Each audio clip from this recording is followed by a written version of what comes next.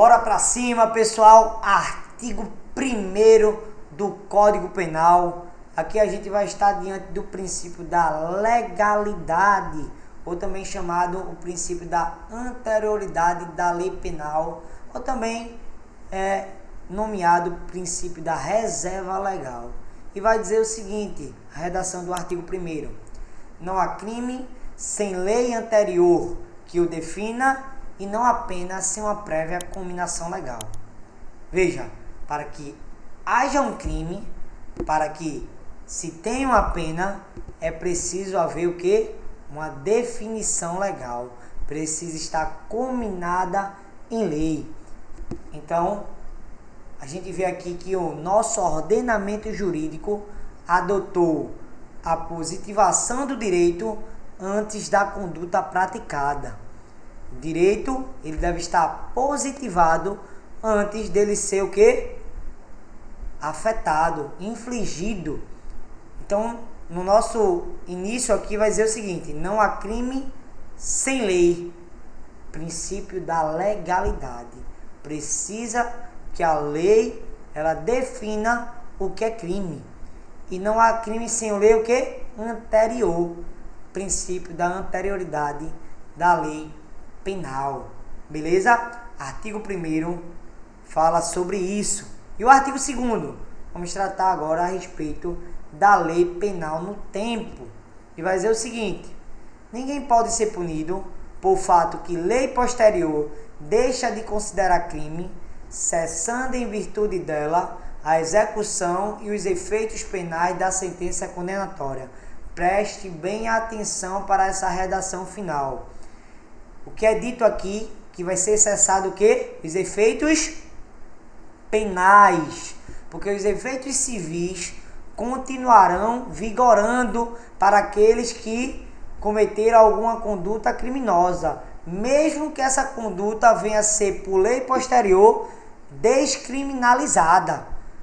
Os efeitos civis os efeitos penais serão cessados, porém os efeitos civis permanecerão. Então aqui, pessoal, a gente está diante do princípio chamado abolitio criminis, abolição do crime. É um crime que é uma conduta que antes era considerada crime, ela vai ser o quê? Descriminalizada. Uma conduta típica vai passar a ser considerada agora atípica. Isso retroage para beneficiar o réu?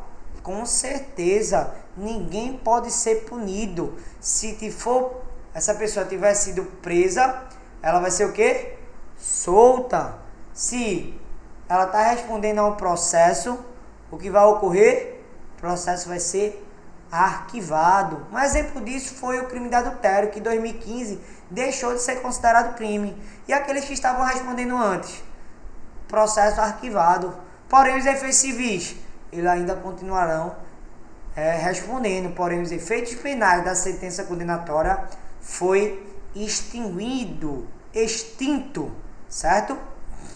Parágrafo único. A lei posterior, que de qualquer modo favorecer o agente, aplica-se aos fatos anteriores, ainda que decidido por sentença condenatória transitado em julgado.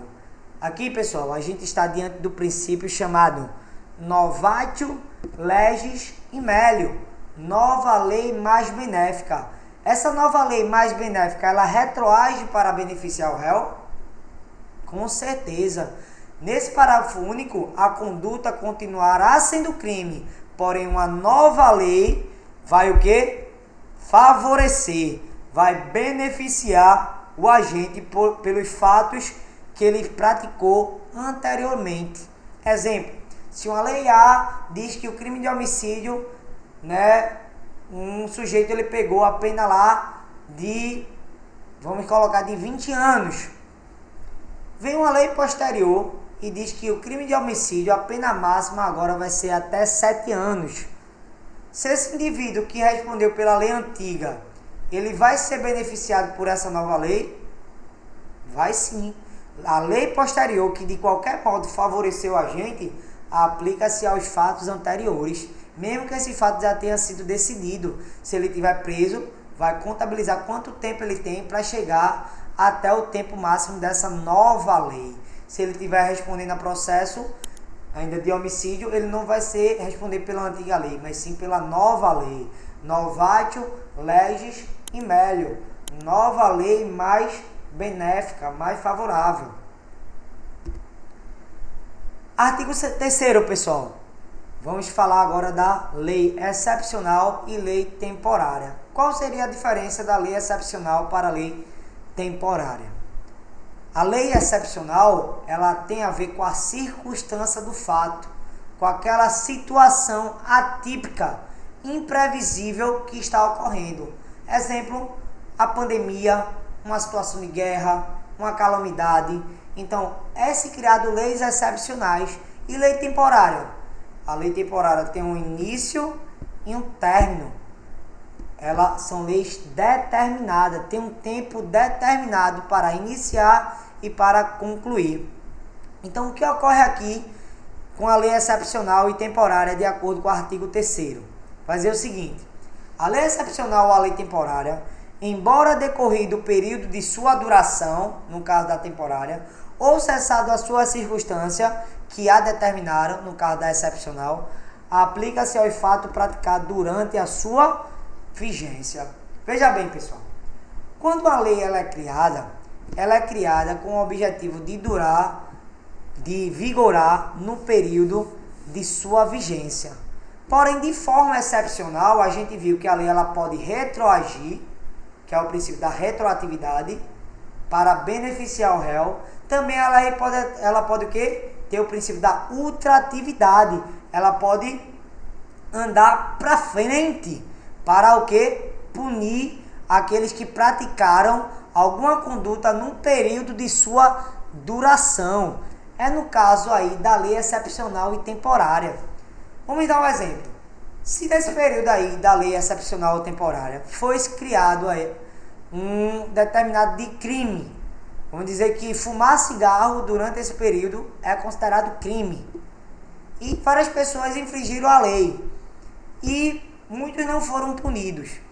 O tempo de duração dessa lei, né, no caso da temporária ou nessa circunstância excepcional, foi cessado. Essas pessoas que praticaram essa conduta, elas vão ser beneficiadas no sentido que esses crimes que cometeram vão prescrever após a cessação da lei, após a revogação da lei? De forma nenhuma. Se essas pessoas foram detectadas, essa lei ela como se ela surge no tempo para punir aqueles que o quê? Que praticaram o crime durante a sua vigência. Isso de acordo com o princípio da ultratividade. Essa lei ela renasce, como que ela ressuscita para punir fatos praticados durante a sua vigência, mesmo que venha a ser descoberto depois do período de sua duração. Mesmo que tenha sido cessado, teve fatos criminosos praticados durante sua vigência, ela vai ser o que, pessoal?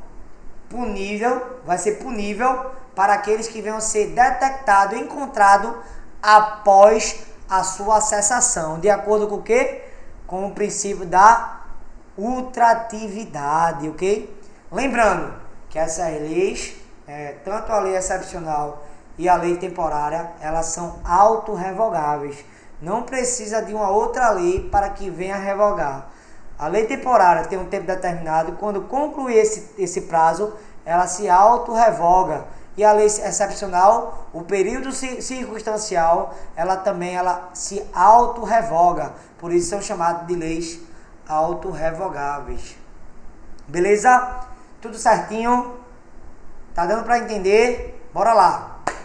Artigo 4º e artigo 6º, a gente vai falar agora de tempo de crime e lugar de crime. O que seria, pessoal, o tempo do crime? O que é considerado tempo de crime? De acordo com o artigo 4º, considera-se praticado crime no momento da ação ou omissão, ainda que outro seja o quê? O momento do resultado. Então, a teoria que é adotado para o tempo de crime, anotem aí, É a teoria da atividade. Tempo de crime, teoria da atividade. Considera o tempo quando? No momento da ação ou a omissão. Independente o outro momento do resultado. Independente quando vai ser o resultado. Um exemplo. João desferiu 3 disparos contra Pedro. E Pedro, no dia 10 de outubro de 2022, Pedro foi socorrido e só veio a falecer 5 dias depois. Considera tempo de crime. Qual o período, pessoal? Tempo de crime vai ser no dia que ocorreu o momento da ação e da omissão. Foi lá, 10 de outubro de 2022, que foi considerado o tempo do crime. E o resultado, mesmo que venha sido depois de 5 dias que ele venha morrer, isso não é considerado para o tempo do crime.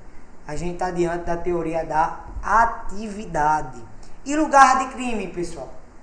Artigo 6º.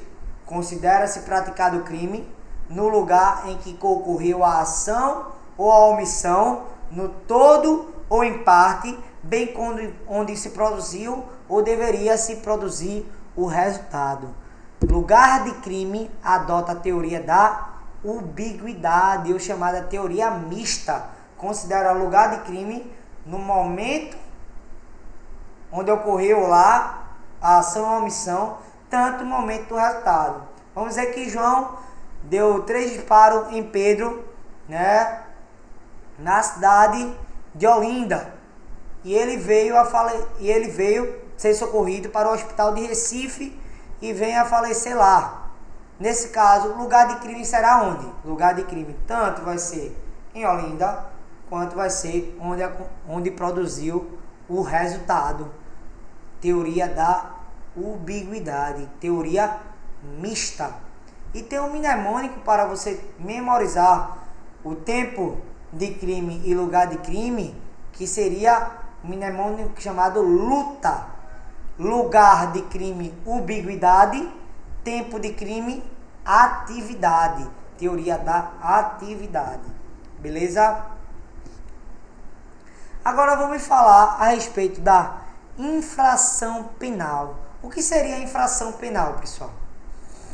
Um conceito aqui básico: infração penal é toda conduta previamente tipificada pela lei como ilícita. Ela já está embutida de quê? Culpabilidade, isto é, praticada pelo agente com dolo ou ao menos culpa. E nesse ponto aqui, pessoal, o que seria uma conduta dolosa? Praticar com dolo é quando alguém tem a intenção de fazer, quando ele tem um ânimo inacande, a intenção de cometer aquele ato. Já a forma culposa é quando alguém age com quê? Com negligência, imprudência ou imperícia. Negligência: ele sabe que deveria fazer, porém se omite e não age de acordo como deveria. Ele é negligente, é omisso. Exemplo: você comete um acidente de trânsito, bate, porém foi verificado, você não teve a intenção, porém foi verificado que os pneus estão carecas, não faz manutenção no veículo, o freio não está pegando. Então, fatos que deveriam ter sido realizados, porém por negligência, por omissão, não fez. Então você cometeu o quê? Uma conduta culposa por negligência. Imprudência é quando você age com excesso, com autoconfiança. Daí você comete uma atitude de imprudência. Você anda com alta velocidade, passa sinal vermelho e bate em outro veículo. E daí acontece a morte do condutor de outro carro. Você agiu com dolo? Não, mas agiu com culpa, de forma imprudente. E a imperícia é quando você não é perito para realizar aquela atividade, não tem capacidade para executar aquela tarefa. Então, a infração penal, ela é toda conduta tipificada como ilícita, isso praticado pelo agente com dolo ou culpa, quando a lei assim prevê tal possibilidade. Isso confere ao Estado o quê? O poder punitivo, o poder de punir para quem impor sanções para quem pratica essas condutas. E a infração penal, pessoal, a gente deve considerar como gênero. A infração penal é o gênero, que vai ter duas espécies, duas premissas, que vai ser o crime e a contravenção penal. Entenda, crime não é sinônimo de infração penal. Crime é elemento de infração penal, é espécie de infração penal, tanto crime quanto contravenção penal. Crime, ele é sinônimo de delito. Crime e delito é a mesma coisa. Porém, a gente pode entender assim: todo crime é uma infração penal, mas nem toda infração penal é um crime. Por quê? Existem infrações penais que são contravenções. Da mesma forma, toda contravenção penal é uma infração penal. Porém, nem toda infração penal é uma contravenção. Porque existe infração penal que é crime. Beleza? Então, analisando agora a primeira espécie da infração penal, será crime ou delito. A gente tem como analisar o crime ou delito de três aspectos, que seria o quê? O aspecto formal, o aspecto material e o aspecto analítico. E o que seria analisar o crime no aspecto formal? O crime no aspecto formal é uma conduta o quê? Reprovada, tipificada em lei. Ou seja, é toda a conduta que a norma penal descreve como crime. E aquela pessoa, quando ela está em consonância com o que a lei diz, com o que o Código Penal diz, ela cometeu o quê? Um crime no aspecto formal. Ela pratica aquilo que está previsto em lei. Homicídio, artigo 121, matar alguém. Se ela está em consonância com essa tipificação legal, ela cometeu o crime de homicídio no aspecto formal, que é o quê? É aquilo que a norma descreve como crime. E o crime no aspecto material é aquele que o quê, pessoal? É aquele que lesa, fere, expõe a perigo o quê? Um bem jurídico tutelado pelo direito penal. O que seria um bem jurídico tutelado pelo direito penal? A vida. Então, alguém quando tira a vida de outra pessoa, seja pelo aborto, pelo infanticídio, pelo homicídio. A liberdade, seria também a questão da propriedade, do patrimônio. Isso é tudo bem jurídico tutelado pelo direito penal. Se alguém fere um bem jurídico, se alguém expõe a perigo, lesiona o bem jurídico tutelado pelo direito penal, isso é um crime no aspecto material. E o que seria agora o crime no aspecto analítico? A gente deve entender o crime no aspecto analítico de duas formas. Existe a teoria bipartida e a teoria tripartida. Na teoria bipartida, ela considera o crime no sentido analítico como um fato típico e antijurídico. Antijurídico é ilícito. Por quê? Porque na teoria bipartida entende-se que a culpabilidade já está imbuída, já está incluída no fato criminoso. Já a teoria tripartida vai entender que o crime é um fato típico, antijurídico ou ilícito e culpável.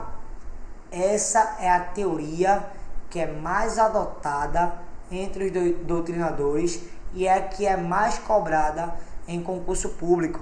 Existe outra teoria, a teoria quapartida, que o crime é um fato típico, antijurídico, culpável e punível. Mas poucos doutrinadores adotam esse entendimento. O entendimento que é mais adotado é a teoria tripartida. Crime, fato típico, antijurídico e culpável.